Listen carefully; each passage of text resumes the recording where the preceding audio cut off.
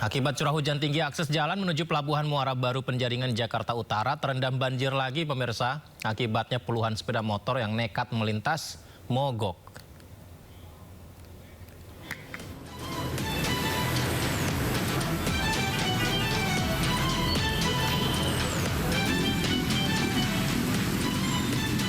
Puluhan kendaraan yang nekat menerobos banjir di akses jalan masuk Pelabuhan Muara Baru Penjaringan Jakarta Utara mogok akibat terendam banjir. Banjir yang menggenangi akses jalan menuju Pelabuhan Muara Baru ini akibat hujan deras ditambah dengan tingginya air pasang laut. Aktivitas sejumlah pekerja pelabuhan menjadi terhambat akibat banjir tersebut. Bahkan sejumlah pekerja nekat menaiki tembok pagar agar bisa melintasi banjir. Akses jalan menuju kawasan pelabuhan ini menjadi langganan banjir apabila curah hujan tinggi. Dari Jakarta, Sofyan Firdaus, iNews melaporkan. Curah hujan tinggi sejak 2 hari terakhir juga menyebabkan Sungai Cilemer di Kabupaten Pandeglang, Banten meluap. Seorang anak yang hendak melakukan hitanan harus dibawa menggunakan perahu kayu ke tempat mantri desa melewati arus deras sungai.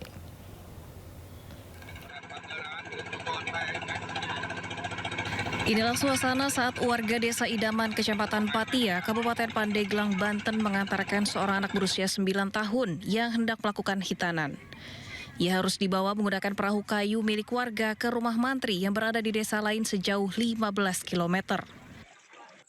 Hal ini dilakukan lantaran Sungai Cilemer meluap dengan ketinggian air mencapai 85 cm, merendam permukiman warga dan menutup akses jalan akibat intensitas curah hujan tinggi sejak 2 hari terakhir. Mau mengantar yang sunatan, jaraknya yang cukup lumayan jauh, sekitar 15 kilo dari Desa Idaman ke Desa Suryanen. Banjir kali ini adalah yang ke-9 kalinya sejak awal tahun 2026. Warga berharap pemerintah segera memberikan perhatian dengan membangun tanggul di bantaran Sungai Cilemer agar permukiman warga tidak terdampak banjir setiap kali hujan turun. Dari Pandeglang, Banten, Iskandar Nasution, iNews melaporkan.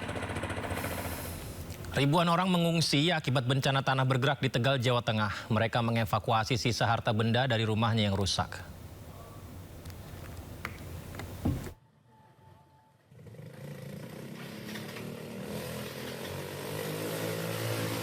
Warga desa Padasari, Kabupaten Tegal, Jawa Tengah terus mengevakuasi harta bendanya pasca bencana tanah bergerak. Mereka mengangkut barang miliknya dengan motor atau mobil sewaan ke tempat yang lebih aman. Sementara perabot yang rusak terpaksa mereka tinggalkan di rumah yang telah hancur. Pemerintah Kabupaten Tegal saat ini tengah mengajukan izin penggunaan lahan milik perhutani untuk membangun hunian sementara bagi warga terdampak. Hingga kini, total ada 2.426 orang pengungsi dengan total 464 rumah rusak akibat bencana tanah bergerak. Nanti kami akan menggunakan lahan perhutani seluas 5 hektar karena rumah yang terdampak ada 464 rumah. Pengungsinya ada 2.426. Sehingga mengingat kondisi desa juga tidak mempunyai pokok, sehingga kami akan meminjam tanah perhutani untuk membuat huntara, hunian sementara. Tim Satgas Bencana akan segera menggelar rapat lintas sektor untuk menentukan titik relokasi yang aman dan layak huni. Saat ini terdapat 4 titik pengungsian terpusat serta pengungsian ditampung di rumah-rumah warga. Dari Tegal, Jawa Tengah, Yunibar, iNews melaporkan. Tak terima ditertibkan, pedagang mengamuk dan menyerang wali kota, Kapolres hingga Dandim di Bekasi, Jawa Barat. Tak hanya itu, pedagang juga mengancam petugas dengan senjata tajam. Apa ini? Wah, ini apa? Seorang pedagang es kelapa di Bekasi, Jawa Barat mengamuk tak terima saat kiosnya ditertibkan.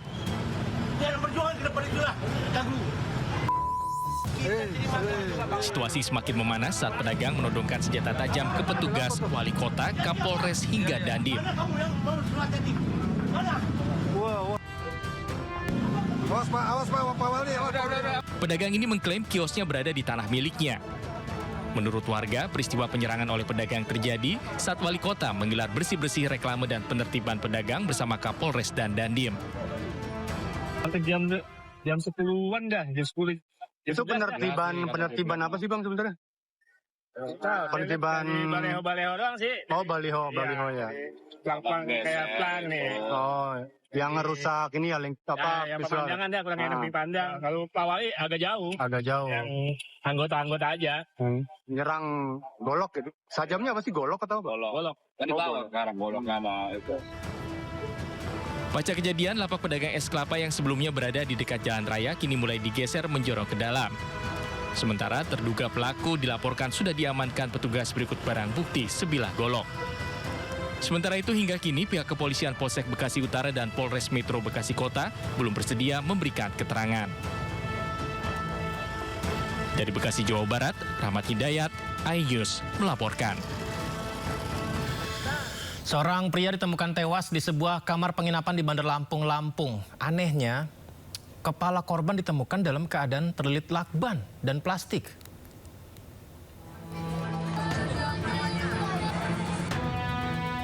Warga Kelurahan Labuan Batu, Bandar Lampung, Lampung digegerkan penemuan jenazah pria dalam salah satu kamar indekos Minggu siang. Pengelola penginapan curiga karena korban tidak keluar kamar sejak hari Jumat. Saat pintu didobrak, korban diketahui meninggal dunia di atas kasur dengan kepala terbungkus plastik dan terlilit lakban. Polisi yang tiba langsung menggelar olah TKP di lokasi kejadian dan meminta keterangan sejumlah saksi. Polisi tidak menemukan adanya tanda bekas kekerasan serta barang berharga korban yang hilang. Korban diketahui bernama Hindra Jaya, 62 tahun, warga Kelapa II, Kabupaten Tangerang, Provinsi Banten. Bukan dari Lampung ya. Itu seorang diri ya Bang kontrak di sini Bang? Ini dia kos ya, kos seorang diri. Seorang diri. Jenazah korban dibawa ke RSUD Abdul Muluk Bandar Lampung untuk dilakukan otopsi. Dari Bandar Lampung, Lampung, Ruslan AS, iNews melaporkan. 3 pelajar terduga pelaku penyiraman air keras terhadap pelajar lain di kawasan Cempaka Putih, Jakarta berhasil diamankan petugas. Ketiganya diamankan di 3 tempat berbeda, yakni di Karawang, Cikarang, dan Depok.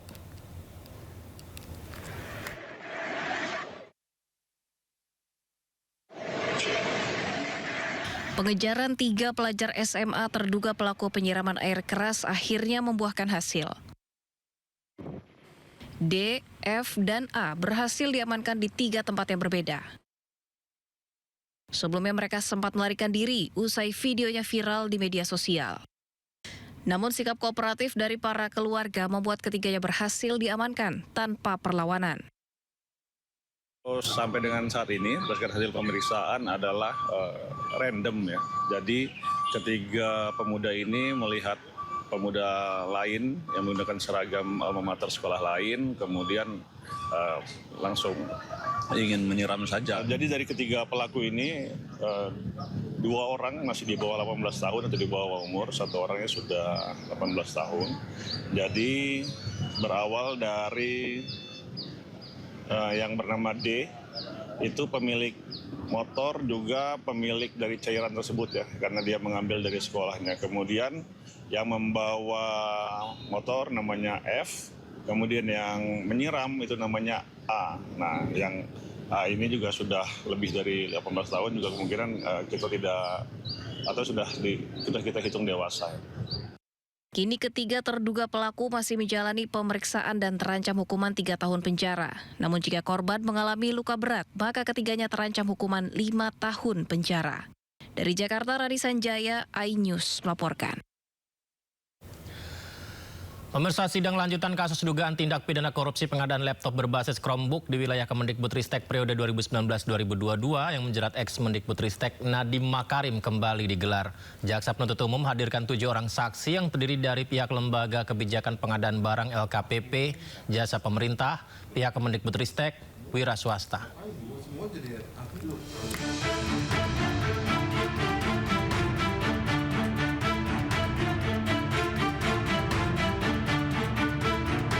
Sidang pemeriksaan saksi dalam penanganan kasus dugaan tindak pidana korupsi pengadaan laptop berbasis Chromebook yang menjerat ex-Mendikbudristek Nadiem Makarim kembali digelar di Pengadilan Negeri Tipikor Jakarta Pusat pada pukul 11 waktu Indonesia bagian Barat.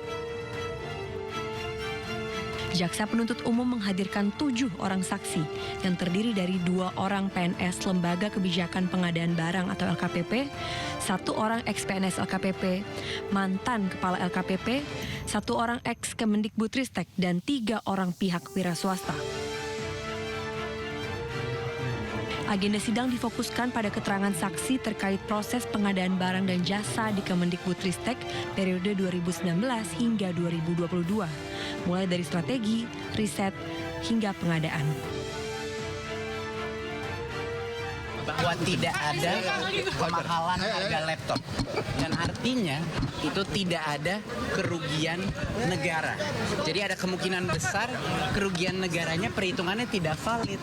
Karena yang menjamin harga SRP itu di bawah harga pasar itu adalah LKPP.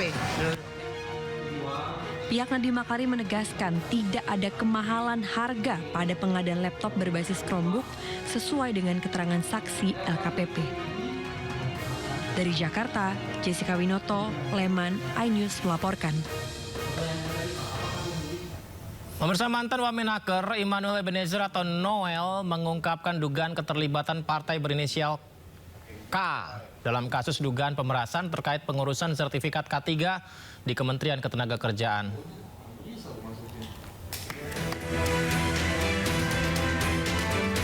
Ex-Wakil Menteri Ketenagakerjaan Immanuel Ebenezer atau Noel kembali berbicara soal partai politik yang terlibat dalam perkara dugaan korupsi pemerasan sertifikasi keselamatan dan kesehatan kerja K3 di lingkungan Kementerian Ketenagakerjaan.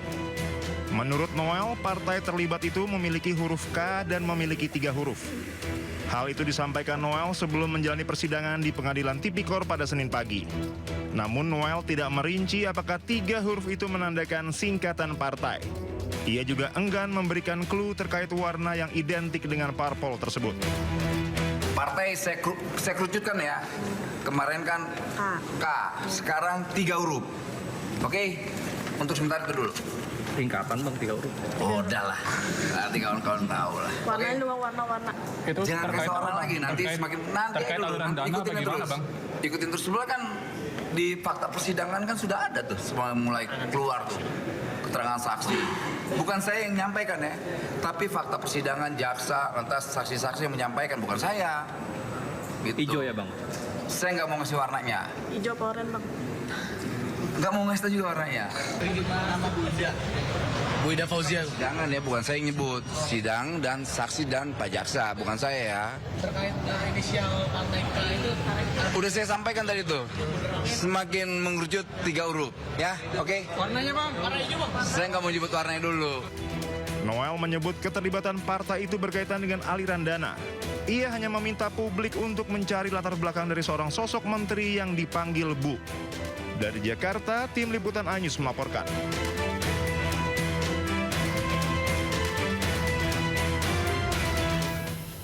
Usai persidangan, Immanuel Ebenezer kembali menyebut perkara yang diorkestrasi oleh KPK terkait dirinya tidaklah ada.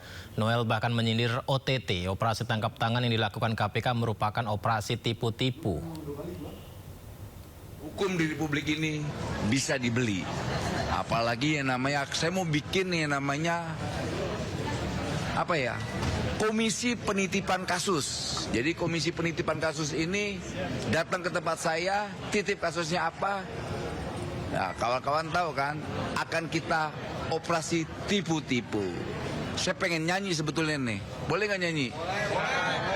Judulnya OTT Bocil. Gimana tuh bang lagunya bang? Operasi tipu-tipu, konten yang kau buat, oh jagonya. Maling kelas teri, bandit kelas coro, itu yang kau tangkap. Giliran yang kelas kakap, nggak pernah kau ungkap, apalagi kau tangkap. Sebut namaku, bocil, bocil, bocil, bocil. Bagus juga suaranya Bang Noel ya, tinggal ditambahkan musik nanti lebih merdu ya. Dan pemirsa, Mahkamah Agung berhentikan sementara Hakim Pengadilan Negeri Depok yang ditangkap KPK. MA juga mendukung penegakan hukum yang dilakukan oleh KPK.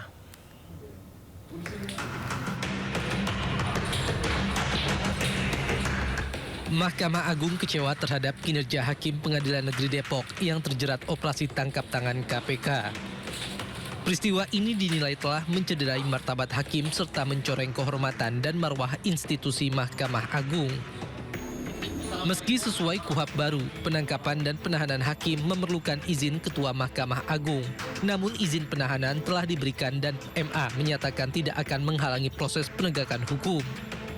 Mahkamah Agung juga akan memberhentikan sementara hakim dan aparatur Pengadilan Negeri Depok yang terjerat OTT.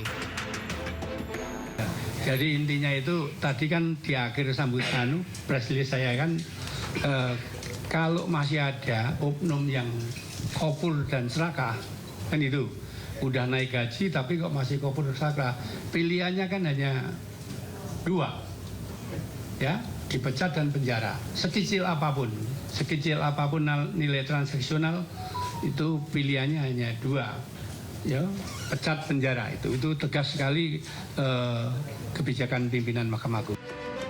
Sebelumnya KPK menggelar operasi tangkap tangan terhadap aparat penegak hukum di Depok, Jawa Barat.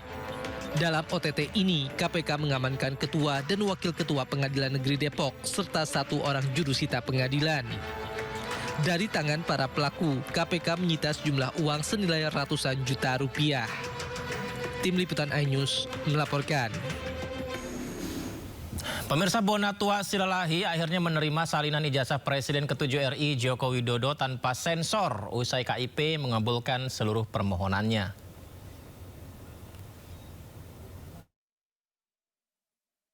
Kita saksikan ini pemirsa, gembira dan puas sepertinya di wajah Bonatua Silalahi usai menerima salinan ijazah Jokowi dari KPU RI. Ini dia ditunjukkan ijazahnya ya. Seperti yang terlihat, tidak ada lagi elemen yang ditutupi dalam dokumen yang digunakan Jokowi untuk pencalonan Presiden RI 2014, 2019, dan 2019-2024 dengan foto yang serupa ya, seperti yang ramai diperbincangkan, didiskusikan di media sosial. Ya, usai menerima dokumen itu, Bonatua memutuskan membagikannya ke publik untuk diteliti dan sebagai alat diskusi. Oke. Ini kamera di sini. Ya, sebagai orang yang punya tanggung jawab moral, ya, saya memutuskan membagikan ini di media sosial saya. Ya, bisa dicek di media sosial saya. Artinya kalau kalian mau meneliti, jangan pakai teliti yang dibikin orang lain. Ya. Takut saya nanti karena ada kebencian, tiba-tiba foto dirubah jadi apa gitu kan? Ya. Tanda tangan dirubah jadi apa sehingga kawan-kawan terjebak pada fitnah karena meneliti sampel yang tidak sekunder. Ini kan sekunder ya. Seperti itu. Jadi nanti silakan, nanti mungkin nanti malam saya akan upload ini. Nah, mari kita berdiskusi seluruh Indonesia. Kita jadikan ini diskursus publik. Semua kita dari sini mari berbicara dengan gaya peneliti, tapi jangan sembarangan tuduh. Seperti itu. Kita hari ini sangat berbahagia ya bahwa barang yang kita nantikan, barang yang kita sudah minta selama berbulan-bulan, bahkan dengan lelah, keluar waktu, tenaga, dan segala macam, kita minta ke Komisi Informasi, akhirnya hari ini dibuka.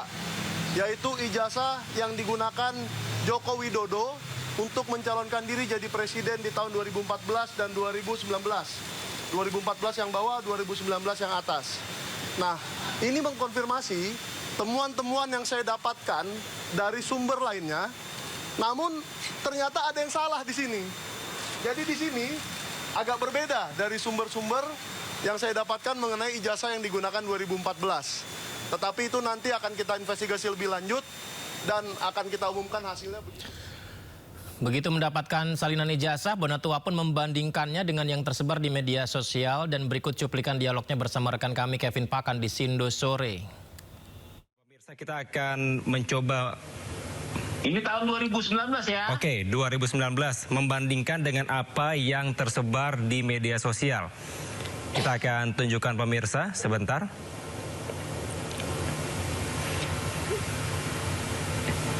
Sebentar, ini sebelah kiri pemirsa, ini adalah salinan ijazah yang diterima oleh Bang Bonatua Silalahi dari KPU. Ini fotokopian ya, karena ini salinan, dan sebelah kanan ini ijazah yang tersebar di media sosial. tadi disampaikan bahwa dari Bang Bonatua dan juga Bang Andi Aswan ini ada opininya masing-masing, pendapatnya masing-masing, namun kita juga bisa sama-sama saksikan pemirsa apakah sama yang diterima dari Bang Bonatua dari KPU dan juga yang ada tersebar di media sosial. Baik, terima kasih Bang Bonatua. Mohon maaf. Loh, Kevin. Oh ya, silakan Bang, singkat saja. Ini yang 2014, mungkin ini sama juga. Jadi kalau kita lihat tadi ya, sama. Coba kita lihat dari logonya itu juga segi 5, ya bukan bulat ya, segi 5. Ya. Dan itu hanya bedanya cuma ada legalisir aja sama cap merah di atas. Baik, kita tunggu bagaimana perkembangan dari tentang ijazah tersebut ya. Pemirsa, berikutnya tidak ingin peristiwa di Ngada NTT terulang, sejumlah warga membagikan kegiatannya memberikan buku ke anak-anak. Wah, ini sangat baik ya kalau kita bisa menirunya ya. Jadi ini adalah kegiatan seorang warga membagi-bagikan buku tulis, membagikan pulpen, dan ini diunggah di akun Instagram Husnul Khotimah. Kita lihat anak-anak antusias ya, padahal yang dibagikan bukan mainan, bukan makanan, tapi mereka juga sangat antusias, bahagia mendengar ada pembagian buku gratis. Kita lihat anak-anak angkat tangan dan semuanya bercerita tentang keseruannya selama sekolah.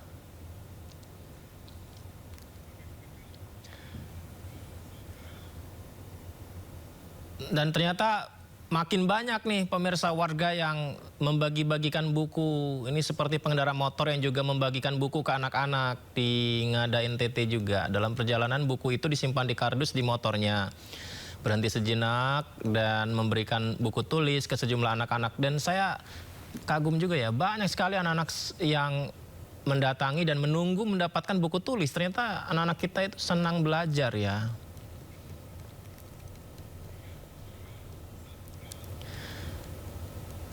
Ini juga sama pemirsa, aktivitas berbagi buku juga dilakukan seorang influencer bernama Fitria Febriantisa. Anak-anak berbaris menunggu untuk dibagikan buku tulis. Kita lihat raut wajah bahagia, antusias, bahwa anak-anak Indonesia sangat senang sekolah. Namun terkadang keterbatasan ekonomi kerap menjadi penghalang.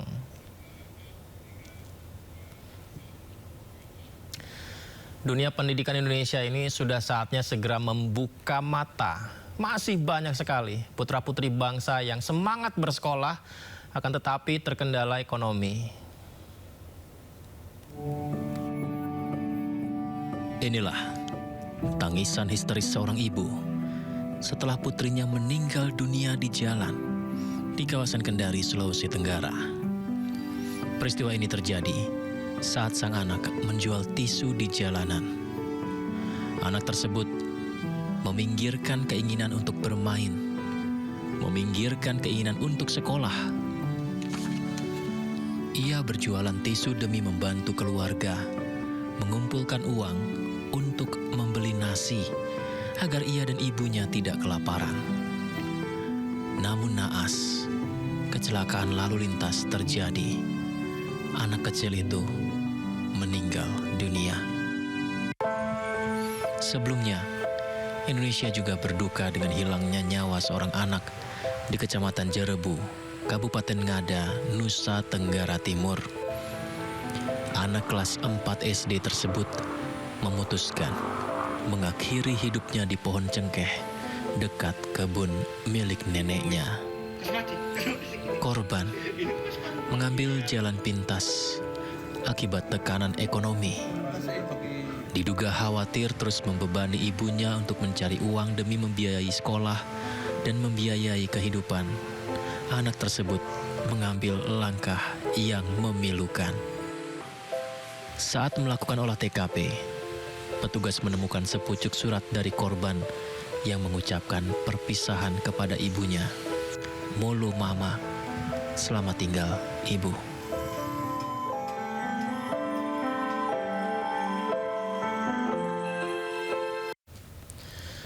Pemirsa, DPR dan pemerintah sepakat layanan penerima bantuan iuran BPJS Kesehatan ditanggung pemerintah untuk 3 bulan ke depan. Bagaimana seharusnya skema PBI ke depannya? Diskusinya kami hadirkan usai jeda di Sindu Prime.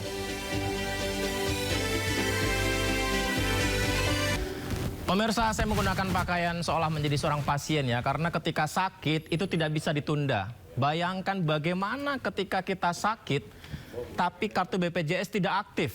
Ini kan sangat mengerikan ya. Jangan sampai simulasinya terjadi seperti ini pemirsa. Saya datang, kemudian saya menemui pihak rumah sakit.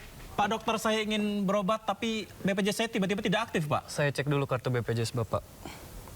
Wah, Bapak ini kartunya nonaktif, Bapak tidak bisa berobat. Jadi saya harus ke pihak BPJS? Karena ini BPJS, Bapak harus ke BPJS-nya langsung. Berarti saya harus ke BPJS, pemirsa. Saya datang ke pihak BPJS Kesehatan, tolong diaktifkan kartu BPJS saya, Pak, karena saya ingin berobat.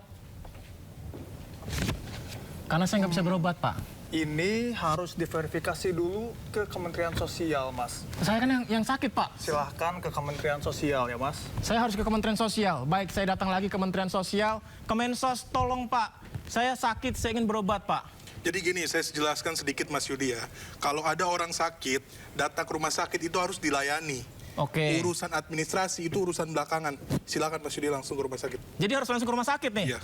Jangan sampai ini kayak bola panas ya, dilempar-lempar. Dari BPJS, dari ke Kemensos, tapi juga harus ke pihak rumah sakit lagi. Jadi yang benar yang mana pemirsa? Kisruh penonaktifan kepesertaan BPJS Kesehatan, DPR dan pemerintah sepakat layani penerima bantuan iuran dibayar dalam 3 bulan.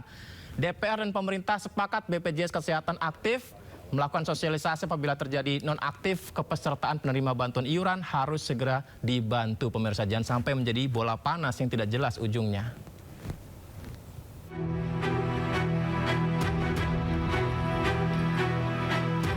Pimpinan DPR RI memanggil pemerintah membahas penonaktifan kepesertaan BPJS Kesehatan segmen penerima bantuan iuran jaminan kesehatan.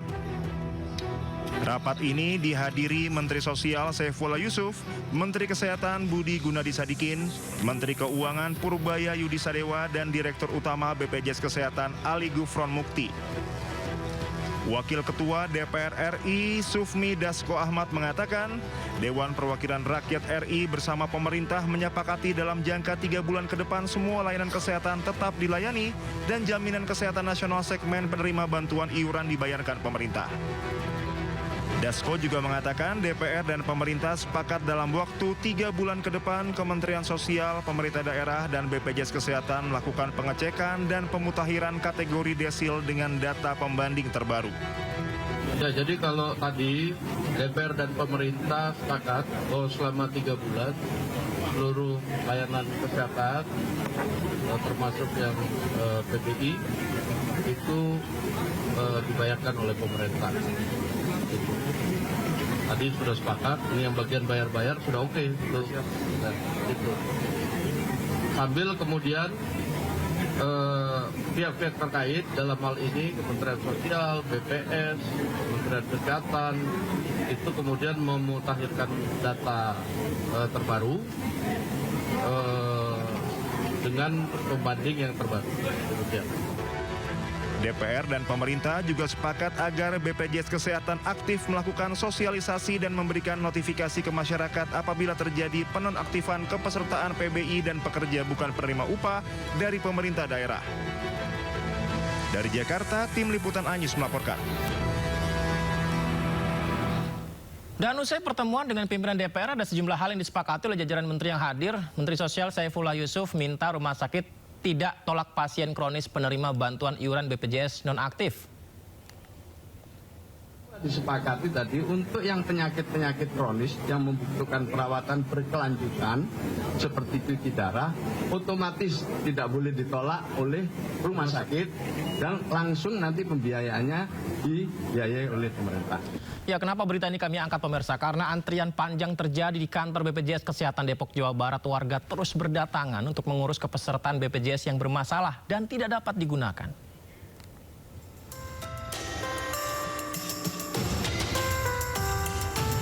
Kepadatan antrean dipicu oleh kebijakan baru yang mulai berlaku sejak awal Februari 2026. Banyak kartu BPJS milik warga mendadak tidak aktif sehingga warga datang untuk mendapatkan penjelasan dan solusi. Kebijakan tersebut berdampak bagi warga yang sebelumnya terdaftar sebagai peserta BPJS penerima bantuan iuran atau gratis. Ini mereka harus beralih ke BPJS Mandiri yang dinilai memberatkan. Warga mengaku kesulitan memenuhi kewajiban pembayaran di tengah kondisi ekonomi yang belum stabil. Kemarin pas berobat nggak bisa digunain, mati. Terus gimana, Bu? Akhirnya tadi udah bisa? Udah bisa. Ke bayar mandiri. Saya ini penyakit diabetes. Warga berharap pemerintah dapat memberikan solusi agar masyarakat kurang mampu tetap mendapatkan akses layanan kesehatan yang layak. Dari Depok, Jawa Barat, Iyung Rizky, iNews melaporkan. Ya, semoga saja rakyat Indonesia semuanya sehat-sehat selalu ya. Akan tetapi negara kan berjanji hadir saat warga tak berdaya. Namun ketika data berubah, kepesertaan lenyap seketika, BPJS dinonaktifkan, pengobatan jadinya ditunda. Padahal yang saya bilang tadi, sakit nggak boleh ditunda. Pasien dipaksa pulang, menahan sakit yang mendera. Saat janji pelindungan berubah jadi cerita, lantas di mana keadilan bagi rakyat kecil sesungguhnya? Kita bahas bersama dengan Koordinator Advokasi BPJS Watch, Timbul Siregar. Selamat malam, Assalamualaikum Bang Timbul. Selamat malam, Waalaikumsalam. Baik, terima kasih Bang Timbul berkenan berbagi di Sindo Prime. Bang, jadi sebenarnya ini masalahnya di mana sih Bang? Jadi bola panasnya yang saya bilang tadi itu di mana nih? Apakah di kepesertaannya Kemensos memang, atau memang dari pihak rumah sakit yang harus tetap menerima meskipun administrasinya tertunda? Gimana nih Bang? Ya, jadi memang mengacu pada PP 101 tahun 2012, Junto PP 76 tahun 2015 tentang PBI JKN, diamanatkan Kementerian Sosial melakukan updating data terkait PBI tersebut, cleansing. Jadi ada yang dinonaktifkan, ada yang diaktifkan atau diubah. Nah, tentunya memang untuk memastikan bahwa betul penerima bantuan itu iuran itu adalah orang miskin dan tidak mampu sesuai pasal 14 dan 17 Undang-Undang SJSN. Cuma kan prosesnya ini kan yang kalau kita perhatikan dilakukan proses penonaktifan secara sepihak dengan apa? Tidak dikomunikasikan kepada si masyarakat. Apa betul, pertanyaannya kan, 11 juta yang dinonaktifkan ini sudah menjadi kelompok masyarakat mampu. Tahun 2025 ada 7,3 juta di bulan Juli 2025. Hanya gara-gara peralihan dari DTKS ke DTZ ada 7,3 juta. Apa betul 7,3 juta orang ini sudah menjadi mampu di tengah krisis kondisi ekonomi kita saat ini? Masih banyak terjadi PHK. PHK juga berhak dapat PBI. Kemudian juga pengangguran. Bagaimana juga kelas menengah turun dan sebagainya. Ini kan persoalan yang harus diperbaiki itu pendataannya dan komunikasinya. Sehingga masyarakat punya hak untuk misalnya, masyarakat tanggal 1 Maret nanti akan dinonaktifkan. Di 1 Februari dikasih tahu. Sehingga masyarakat itu punya hak. Satu, misalnya masyarakat miskin, dia akan memiliki hak jawab. Pak, saya masih miskin.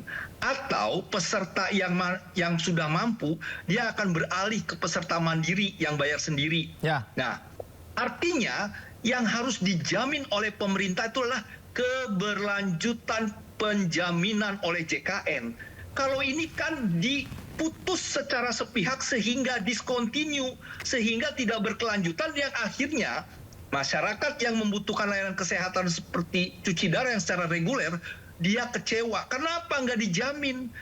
Karena kalau nggak dijamin rumah sakit itu, kalau nonaktif, rumah sakit itu tidak melayani.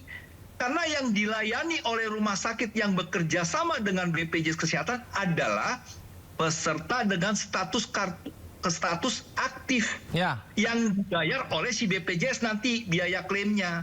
Kalau sekarang tidak aktif, Menteri Sosial berbicara harus tidak boleh menolak. Bagaimana menjamin bahwa rumah sakit itu akan melayani dengan jaminan JKN kalau dia nonaktif? Nah, ini kan persoalan yang hari ini menurut saya maju ya. Dan kami berterima kasih ke DPR juga bisa meminta pemerintah untuk memastikan bahwa masyarakat yang selama ini sedang membutuhkan, misalnya cuci darah, kemo, dan sebagainya, itu diaktifkan dalam 3 bulan ke depan untuk otomatis. Jangan juga nanti disuruh lagi beli reaktivasi ke Dinsos.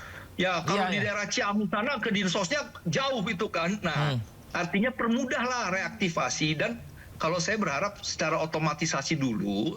Nah, tinggal nanti memang kalau ada pendataan ulang diberitahu sebelumnya, jangan mendadak.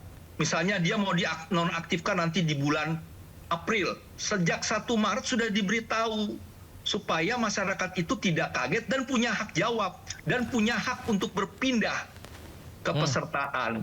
Nah, ini persoalan kan yang memang terjadi selama ini. Jadi persoalan penonaktifan ini kan bukan tahun ini saja. 2025 7,3. Di tahun-tahun sebelumnya juga terjadi. Nah, kami dari BPJS sudah mengatakan, Kemensos, Anda punya kewenangan tapi tolong dilakukan dengan lebih bijak. Pendataannya langsung ke rumah tangga, jangan sampai ditanyanya RT RW, ditanyanya tokoh masyarakat yang akhirnya pendataannya bias. Nah, ini kan persoalan klasik bagi bangsa kita untuk pendataan. Ketika di data ternyata dianggap mampu, kemudian BPJS-nya tidak aktif, lalu karena sebelumnya masih menggunakan BPJS bisa begitu, ini artinya tolak ukur mampu tidak mampunya ini apakah sudah jelas Bang Timbul? Artinya kalau sudah tidak aktif berarti dia dianggap mampu. Bagaimana sih Bang? Iya, kalau logikanya kan mengacu pada pasal 14 dan 17 Undang-Undang SJSN, siapa peserta PBI adalah orang miskin dan tidak mampu. Jadi tadi saya katakan, kalau 11 juta dikeluarkan, dinonaktifkan dari PBI, artinya 11 juta orang ini sudah mampu. Apa betul masyarakat kita sudah maju, sudah mampu 11 juta itu?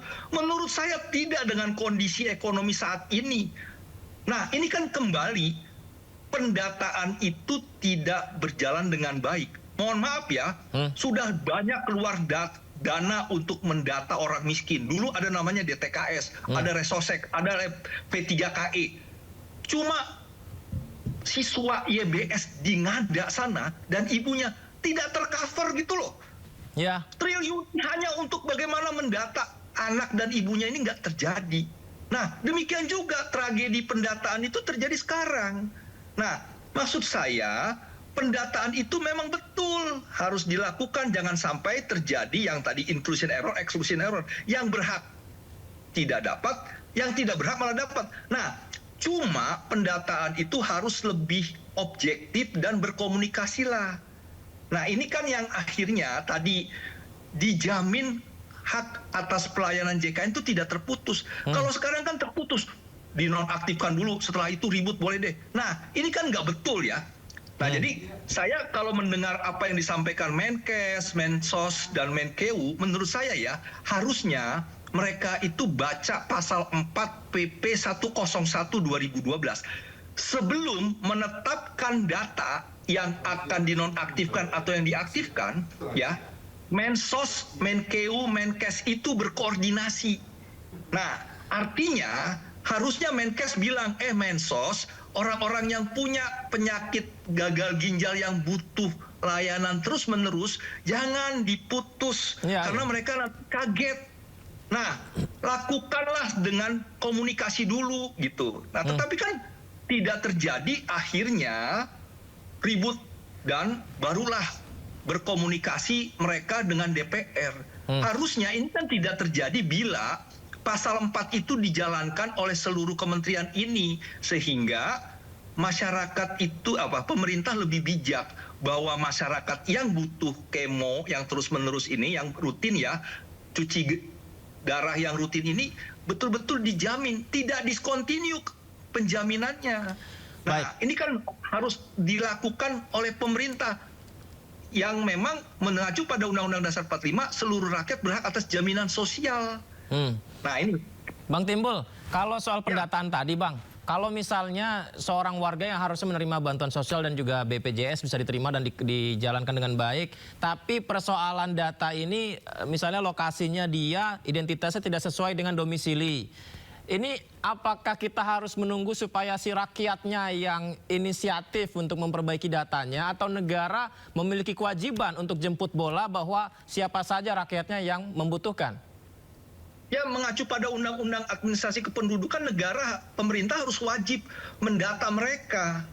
Makanya kan kasus Ngada itu kan kegagalan pemerintah menjamin masyarakat, ibu dan anak ini mendapatkan adminduknya, administrasi kependudukannya, menjamin mendapatkan bansosnya, menjamin si anak dapat kartu Indonesia Pintarnya. Nah, kan harusnya masyarakat ini dimanapun dia berada, dia harus didata gitu. Yang memang memastikan nanti pendataan itu orang miskinkah, orang mampukah, desil 1, 2, 3, 4, 5, atau desil 6, 1, 10.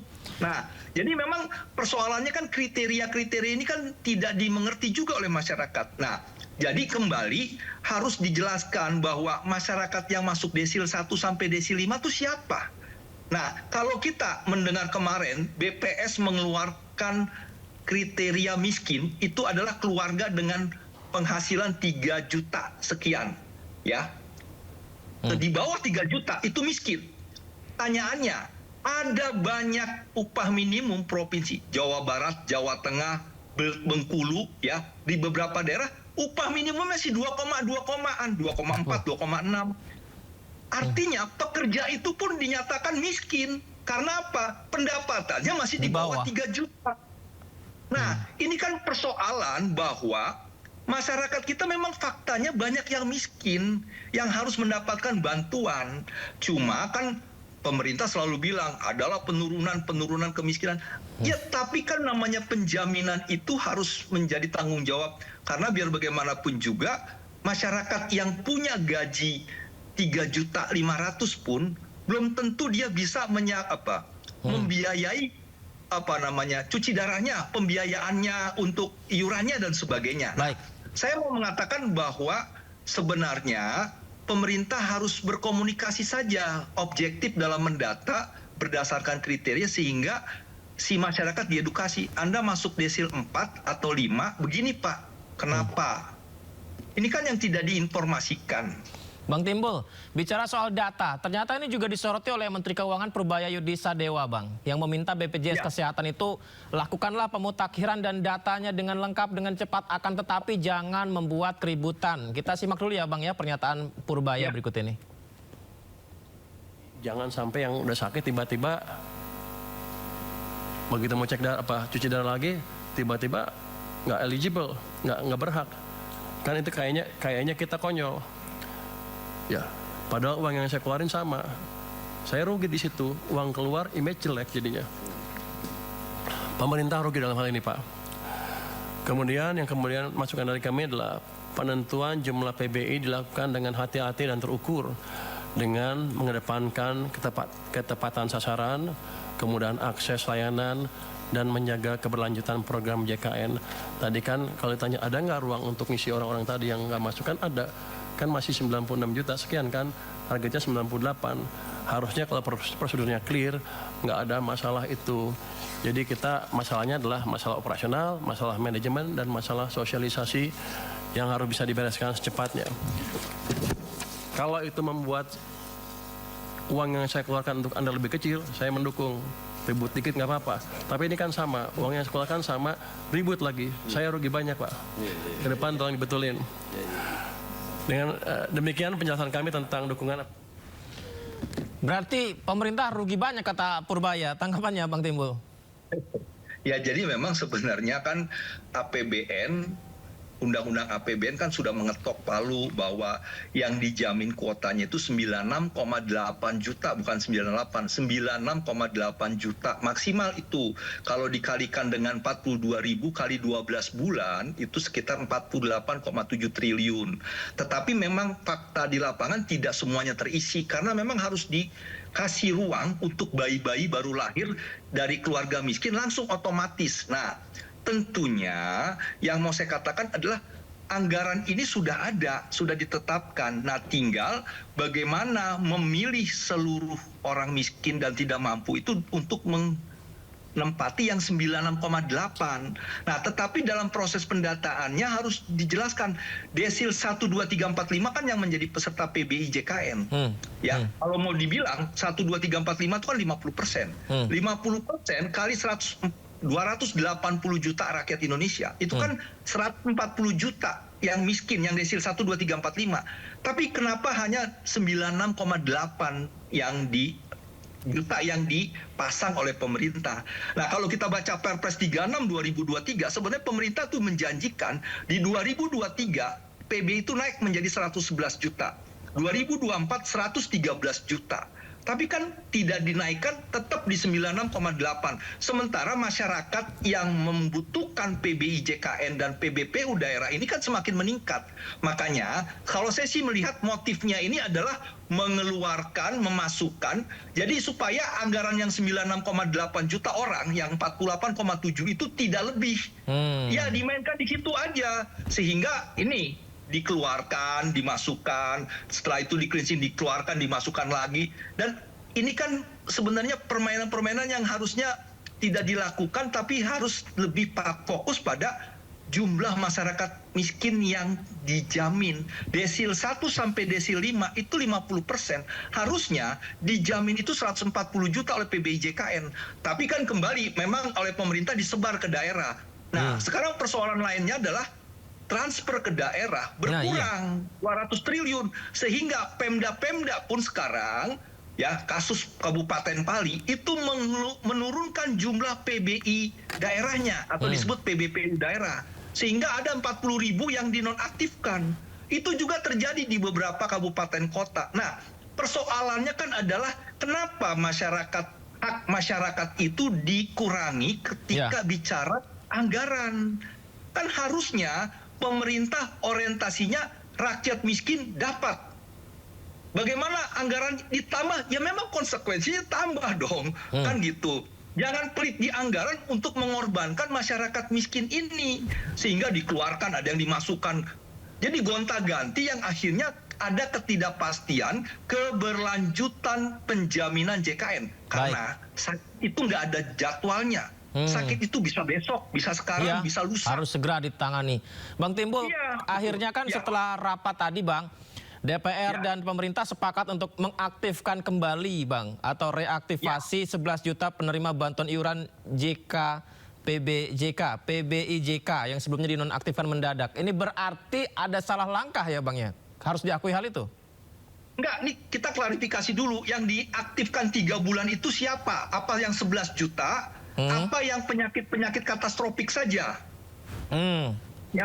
Itu harus diperjelas dulu begitu ya? Tidak clear nih. Jadi yang direaktivasi otomatis itu siapa? Saya kutip ya Bang ya, pernyataannya Bang ya. Dari Wakil Ketua DPR RI Sufmi Dasko Ahmad dalam rapat bersama pemerintah hari Senin, DPR dan pemerintah sepakat dalam jangka waktu 3 bulan ke depan semua layanan kesehatan tetap dilayani dan PBI-nya dibayarkan pemerintah. Itu Bang. Iya, kalau layanan diberikan dan PBI-nya dibayarkan, kalau 11 juta, ya berarti memang itu yang betul. Tapi kan yang terjadi kan, tadi kalau saya dengar itu dari Kemensos itu untuk, dan Kemenkes itu untuk yang penyakit-penyakit katastrofik yang mau mendapat layanan. Sehingga APBN itu kan tidak membayar yang 11 juta kali 42.000 kali 1 bulan misalnya. Tapi yang dari 11 juta ini yang sakit-sakit siapa aja gitu. Kan 11 juta kan ada juga yang sehat. Nah, jadi pemerintah juga harus clear nih. Hasil rapat di DPR sekarang, tadi sore, itu apa? Supaya masyarakat juga tahu. Nah, kalaupun ada upaya reaktivasi, jangan ke Dinsos. Cukup ke puskesmas atau desa terdekat. Sehingga masyarakat tidak sulit. Nah, ini kan kalau saya sih mendorong orang-orang yang memang sedang mendapatkan layanan kesehatan yang butuh, yang kemo, yang cuci darah, yang sakit pusing-pusing, nggak apa-apa, diaktifkan saja, ya, terlepas dari berat atau tidaknya. Nah, tentunya ini yang nanti di 3 bulan itu di cleansing, tapi dengan syarat cleansingnya objektif dan berkomunikasi, kasih jeda 1 bulan. Bulan depannya mau dinonaktifkan, sekarang diberitahu gitu, supaya tidak dadak mendadak dan kaget mengkaget sehingga masyarakat jadi pusing. Sudah antri duluan, ternyata kartunya nggak aktif, itu yang bikin panik ya. Baik, Bang Timbul, terima kasih banyak ya Bang. Nanti izin ketika kita bisa diskusi berikutnya ada perkembangan ini, kita bisa diskusi kembali ya Bang ya. Terima kasih banyak Bang. Assalamualaikum, selamat malam. Pemirsa, Polda Metro Jaya akan minta keterangan ahli kasus dugaan penistaan agama yang menjerat komika Panji Pragiwaksono. Polisi telah periksa 27 orang saksi.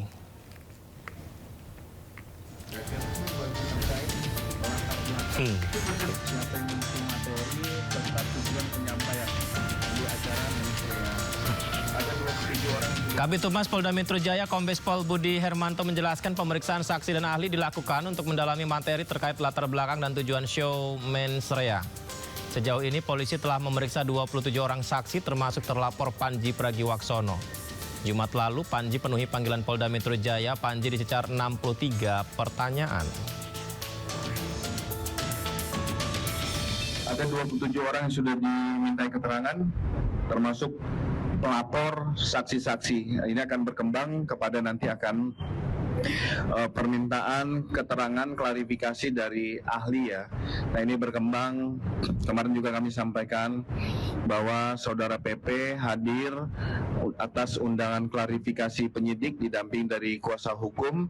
Kita beri ruang kepada teman-teman penyidik untuk mendalami perkara ini. Komika Panji Pragiwaksono menghadapi 6 laporan hukum terkait stand-up komedi bertajuk Mens Rea. Panji merasa tidak menistakan agama. Batasan Presiden Republik Indonesia, let's go!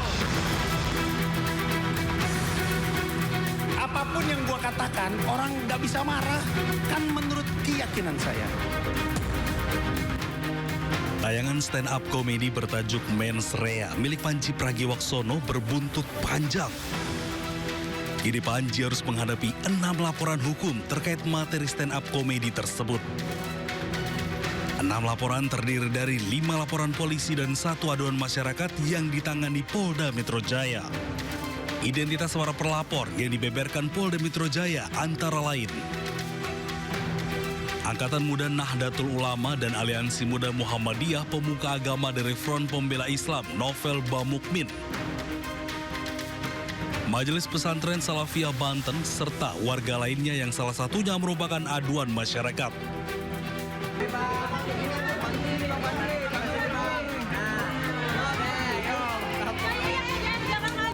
Dari 5 laporan dan 1 aduan tersebut, polisi melayangkan surat panggilan kepada Panji untuk memberikan klarifikasi. Bang Panji, hati-hati guys, hati-hati. Panji diperiksa selama hampir 8 jam dengan 63 pertanyaan dari petugas. Panji menyebut dirinya tidak merasa telah melakukan penistaan agama dalam kontennya di Mens Rea. Ya, saya tadi menjalani prosesnya, saya coba untuk jawab pertanyaan dari polisi sebaik mungkin. Saya ada pada posisi tidak merasa melakukan penistaan agama. Jadi prosesnya tadi jalan dengan cukup lancar, pertanyaannya terjawab dan ya kita ikutin prosesnya aja. Seseru dan semenyenangkan yang Bang Panji bilang tadi belum sesuai sebelum tadi kan berekspektasi seseru dan semenyenangkan itu.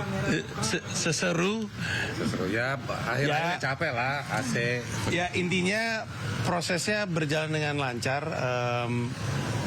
Saya nggak punya deskripsi yang lebih tepat itu menggambarkannya, kayaknya kurang tepat juga untuk digambarkan seru. Pokoknya saya ikutin aja prosesnya dari awal sampai akhir. Sempat tadi break sebentar untuk ibadah, tapi sisanya berjalan dengan lancar. Sebelumnya, usai dilaporkan beberapa pihak terkait kontennya di Mens Rea, Panji mendatangi kantor MUI untuk bersilaturahmi dan berdialog mengenai tayangan Mens Rea. Panji yakin karyanya hanya untuk hiburan dan akan berakhir baik. Dari Jakarta, Tim Liputan iNews melaporkan.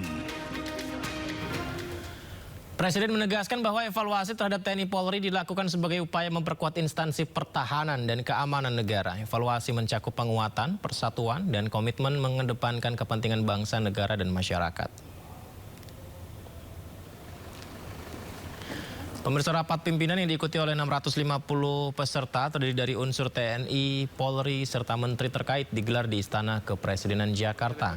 Presiden menilai selama 1 tahun terakhir TNI Polri banyak menjalankan tugas di luar fungsi pokoknya. Namun hal itu justru menjadi bukti peran TNI dan Polri sebagai tentara rakyat dan polisi rakyat yang hadir langsung membantu masyarakat. Presiden berharap melalui evaluasi berkelanjutan TNI Polri dapat terus meningkatkan profesionalisme serta menjaga kepercayaan publik menjalankan tugasnya.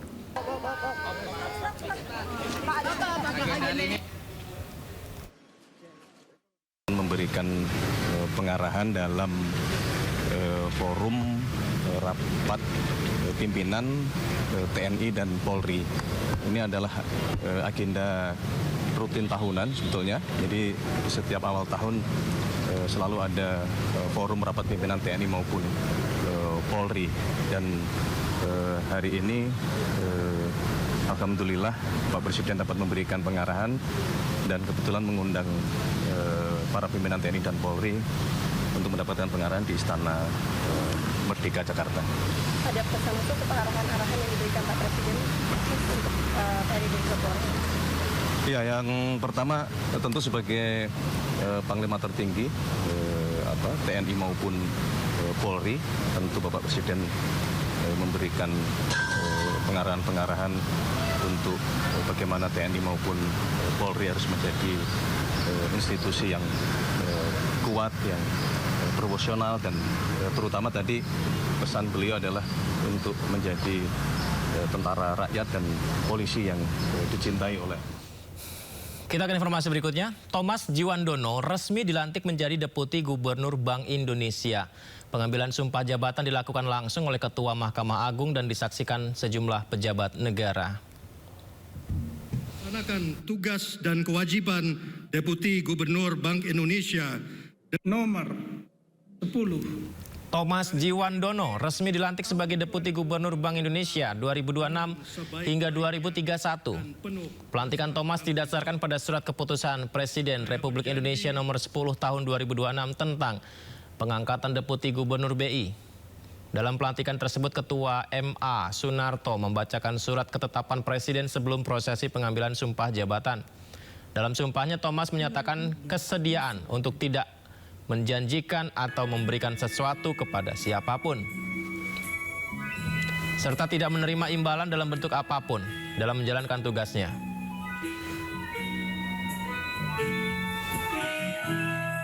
Akan melaksanakan tugas dan kewajiban Deputi Gubernur Bank Indonesia dengan sebaik-baiknya dan penuh rasa tanggung jawab. Saya berjanji bahwa saya akan setia terhadap negara, konstitusi, dan haluan negara. Sementara itu Presiden Prabowo mengucapkan selamat untuk Thomas Djiwandono dan berpesan agar selalu bekerja untuk rakyat dimanapun bertugas. Pesan Presiden untuk Thomas Djiwandono disampaikan melalui Mensesnek Prasetyo Hadi. Dalam hal ini dianggap pesan dari Bapak Presiden adalah terus bekerja untuk kepentingan bangsa dan negara, untuk merah putih, untuk rakyat Indonesia yang kita cintai. Apapun itu, tugas kita berbeda-beda, di bidang apapun, selalu beliau menekankan mari kita bekerja dengan penuh rasa cinta tanah air. Termasuk kepada Pak Thomas Djiwandono, dan mungkin dalam kesempatan ini kita juga menyampaikan terima kasih atas pengabdian beliau selama menjadi Wakil Menteri Keuangan dan sekarang melanjutkan amanah di Deputi Gubernur Bank Indonesia juga bukan sesuatu pekerjaan atau amanah yang ringan. Jadi selamat bertugas, semoga selalu diberikan kelancaran, kekuatan di dalam pengabdian kepada bangsa dan negara. Puncak peringatan Hari Pers Nasional 2026 digelar di Serang, Banten dengan dihadiri berbagai tokoh masyarakat. Kegiatan ini menjadi momentum refleksi tantangan dan peran jurnalis di tengah digitalisasi. Hendra Kelana dari Jawa Tengah. Ahmad Riz Edianto dari Jawa Tengah. Mengusung tema Pers Sehat, Ekonomi Berdaulat, Bangsa Kuat. Puncak peringatan Hari Pers Nasional dihadiri Menteri Komunikasi dan Informasi, Menteri Kebudayaan, Gubernur dan Wakil Gubernur Banten, serta Ketua Dewan Pers. Yang mewakili penerima. Menteri Koordinator Bidang Pemberdayaan Masyarakat Muhaimin Iskandar dalam pidatonya membahas pentingnya peran pers berorientasi pada manusia yang menjadi motor perubahan dalam mencerdaskan kehidupan bangsa. Dalam agenda ini turut dilakukan penyerahan anugerah kepada insan pers berprestasi. Bagus Sudarmanto dari Jakarta. Joni Hanjoyo dari Jakarta. Dan tentunya kami mengundang media Secahya dari Banten yang mewakili penerima Presiden Prabowo Subianto berencana akan membentuk lembaga khusus mengelola dana umat yang tersebar di berbagai institusi. Selengkapnya di Sindo Prime.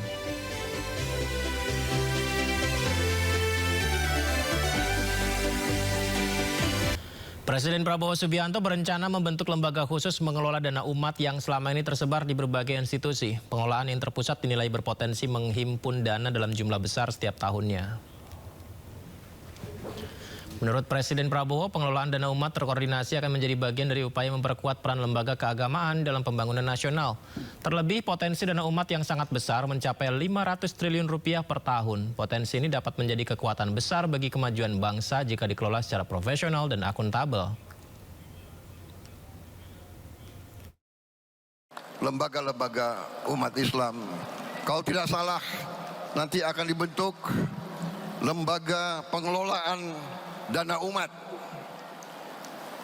Saya diberi laporan oleh Menteri Agama kalau dana umat semua dikelola dengan baik itu bisa jumlahnya itu minimal 500 triliun satu tahun.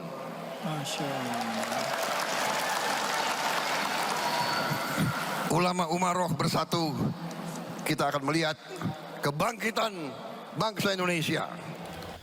Sesuai perintah Presiden Prabowo untuk segera mereformasi pasar modal Indonesia, OJK segera membentuk Satuan Tugas Reformasi Integritas Pasar Modal Indonesia. Langkah ini dilakukan mengawal 8 rencana aksi untuk memperkuat transparansi dan kepercayaan investor.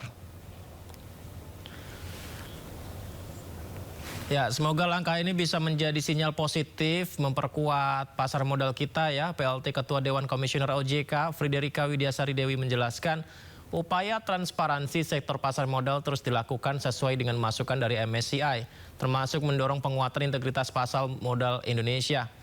Dalam pertemuan tahunan industri jasa keuangan, Friderika menegaskan OJK membentuk gugus tugas reformasi integritas pasar modal, di mana Satgas ini dibentuk bersama pemerintah dan pemangku kepentingan untuk mengawal 8 rencana aksi termasuk tindak lanjuti hasil pertemuan dengan MSCI terkait pemenuhan ketentuan free float saham, informasi pemegang saham serta keterbukaan data untuk menjaga iklim pasar yang sehat dan transparan.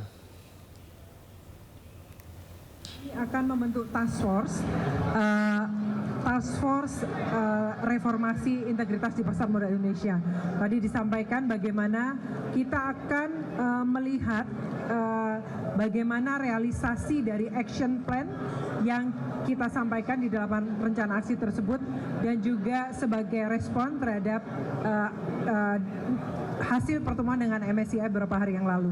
Jadi dari situ kita akan melihat bagaimana pemenuhan ketentuan terkait free float 7,5 menjadi 15, kemudian keterbukaan informasi pemegang saham, kemudian bagaimana granularity dari data dan sebagainya. Jadi kita akan pantau terus pemenuhannya. Dan dari situ juga ada task force tersebut yang akan bersama-sama untuk memastikan bahwa itu akan terrealisasi dalam waktu yang tidak lama dan sesuai dengan timeline yang kita sampaikan. Dan juga kami mohon dukungan rekan-rekan media semua. Kalau kita lihat market juga sudah mulai normalisasi beberapa waktu yang ini. Namun kita sampaikan bahwa market naik turun itu biasa. Yang penting fundamental dan transparansinya akan kita jaga dan kita kuatkan. Ya, semoga fundamental dan transparansinya semakin meningkat ya. Menteri Keuangan Purbaya Yudisadewa meminta investor tidak khawatir terhadap kondisi ekonomi Indonesia, termasuk isu potensi pelebaran defisit APBN yang menjadi sorotan sejumlah lembaga pemeringkat internasional Moody's. Menteri Keuangan Purbaya mengaku tidak khawatir downgrade yang dapat diberikan lembaga pemeringkat mengingat tren ekonomi nasional yang terbukti naik pada kuartal keempat 2025. Purbaya juga sangat optimistis terhadap kondisi ekonomi nasional di mana pemerintah masih mampu menjaga stabilitas fiskal di tengah dinamika ekonomi global yang penuh tantangan. Menurut Purbaya, kekhawatiran berlebihan terhadap arus modal asing hanya muncul dari investor yang terlalu berhati-hati. selama mereka lihat fondasi ekonomi kita membaik, apalagi turun kemarin bagus kan, naik ke atas kan, walaupun bukan target saya sih, jelas kan ekonomi kita sudah berbalik arah. Nggak ada alasan ketakutan kita nggak bisa bayar atau kita nggak mau bayar utang. Ada kekhawatiran rating downgrade nggak Pak? Belum, saya pikir dari sisi apa ketika ekonomi kita membaik, defisit juga masih terkendali kan. Selain negara-negara kita masih bagus, alasannya nggak terlalu kuat. Justru kita bisa pelan-pelan akan ada prospek upgrade dan luar kita atau 5% atau lebih.